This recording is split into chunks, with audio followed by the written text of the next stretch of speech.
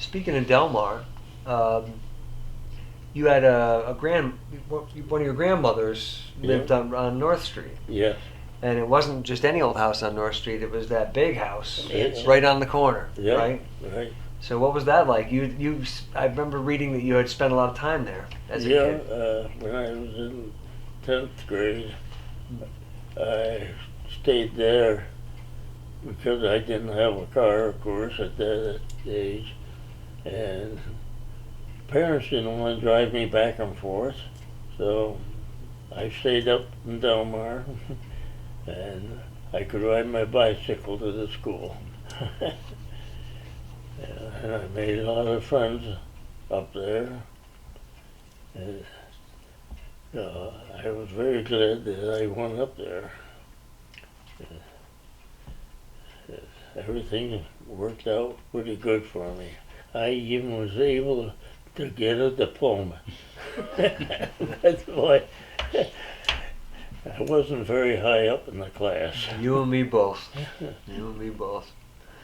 Did you ever venture down to the end of North Street where there were a couple of family farms down there? One was the Olivers were Yeah. there. Yeah, I knew them. Yeah. In fact, Roger Oliver, when I first started there, he said, I'll ride my bike to school like I usually do, but I'll stop and get you so you know where to ride the bike. Yeah, my parents knew Oliver's, the ladies, I would say, more than the men, because they ran North Street, and I knew Roger and slightly knew his brother, and he wound up being a pastor, the brother. Was a very nice man, and my grandmother said, boy, you'll never hear a cuss word out of him. And I never did. Very nice family. Did they live?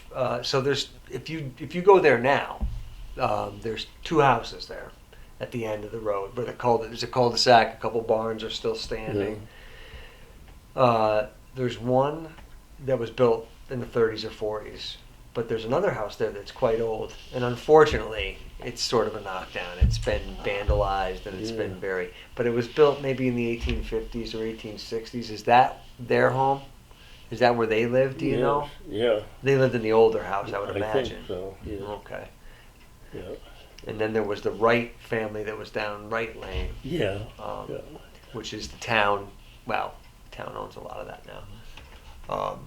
But you also had a a great grandmother on Ridge Road. Yeah.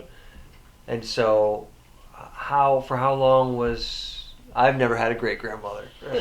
So, like, what was that like? I mean, was she quite old by the time you were? And the ladies got their rest. My mother would put us on the bus to Albany with money to get on the bus to Delmar and walk over to my grandmother's. When she needed a rest, we walked over to the great grandmother, played bingo, walked back home, back to Delmar, grandparents, and that worked out pretty nice for the ladies. They each got some rest. And it was very nice that I got to know great grandmother and the grandmothers, because so many people don't get to know them anymore. Well, I'm a great grandmother. Are you? Yeah. I love it. That's great. I love it. Yeah, we got three. 2 boys and a girl. Wow. How did your grandmother come to live in Delmar?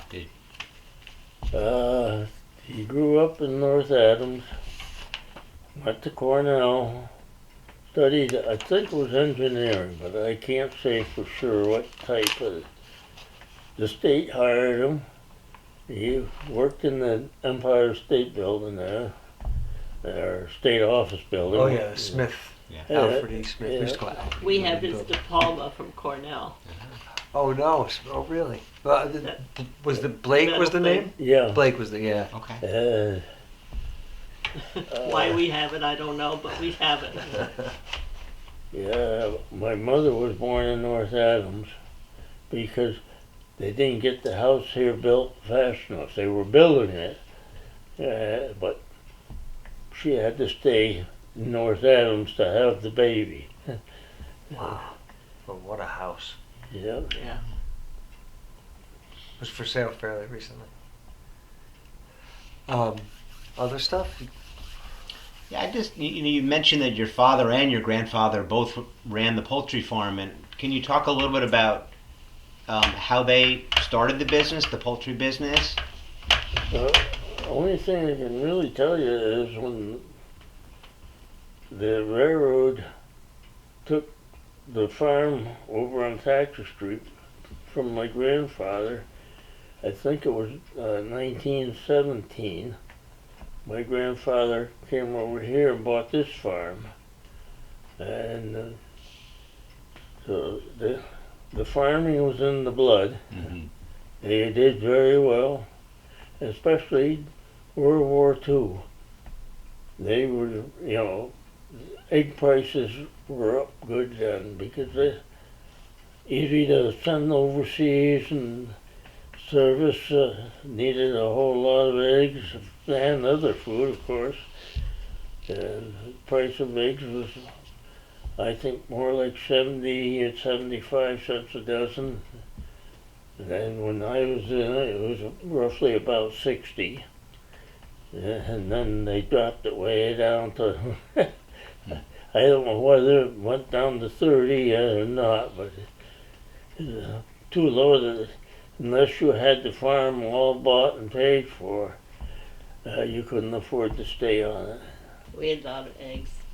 Yeah. And, Art Robner had the dairy farm with 25 cows I mentioned earlier. Yeah. Later on, when we were bowling, he was managing the bowling alley.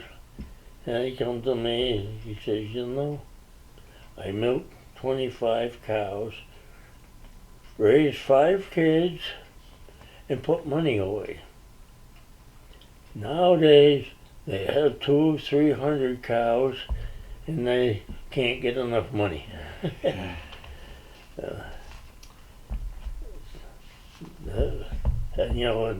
way back, almost everybody had the farm.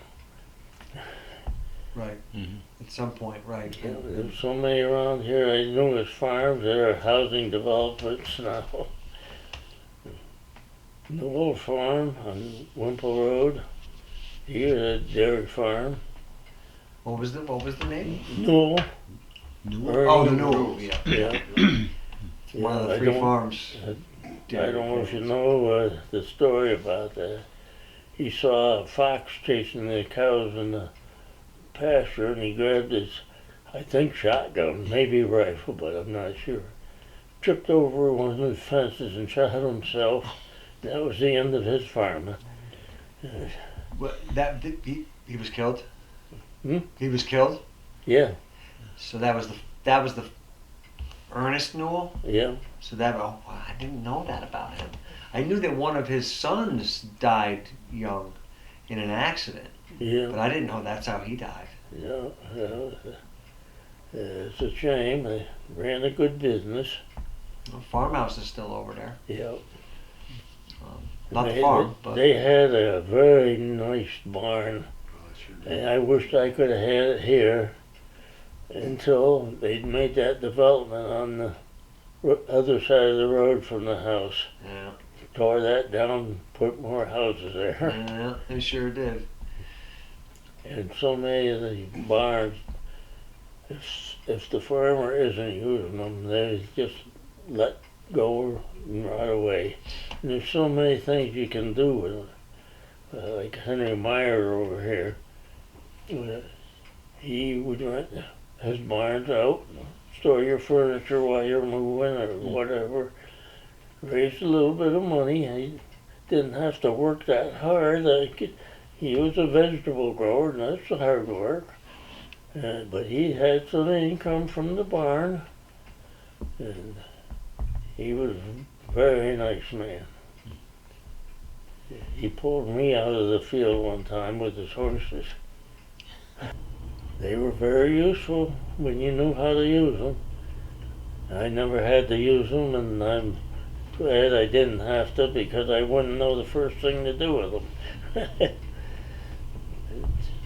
Yeah, Henry pulled me out. I was stuck with the tractor next to some land that he had rented from us, and he was working over there with the horses. And it was just wet enough when I turned my wheel to turn around. The wheels turned, but the tractor kept going straight. It was so muddy. And I had the disc harrows on the back. You can't back up with them. He looked over and saw me. He said, "Oh, I'll help you out." Brought his horse over, hooked on the disc, pulled them back, and I put the tractor in reverse and just let it idle on backwards. Got me right out of it. What came after farming? Well, for almost 4 years, I had worked for Security Supply, the gas plant, Killip Laundry. Where else? Yes. Hmm? Nolan's. Yeah, Nolan's. Yeah, Nolan's. Yeah. Down Rabina, Nolan's. that was after I was back into the truck driving. Wow. The first year I worked about 7 months, and I was on layoff for the winter. And I saw Bob Nolan in Ravenna. Had an ad, he needed help. I went down there. I didn't know Bob at the time, but he hired me. And I did well enough for him. After working for him a month, he gave me a pay raise. And when I got back into the car hauling, he hired Chris. And when Chris went to something else, I guess the Marines, Jimmy worked there. So his son is running it now, the Nolan Propane. He's done very well. Much bigger business now than it was when Bob had it.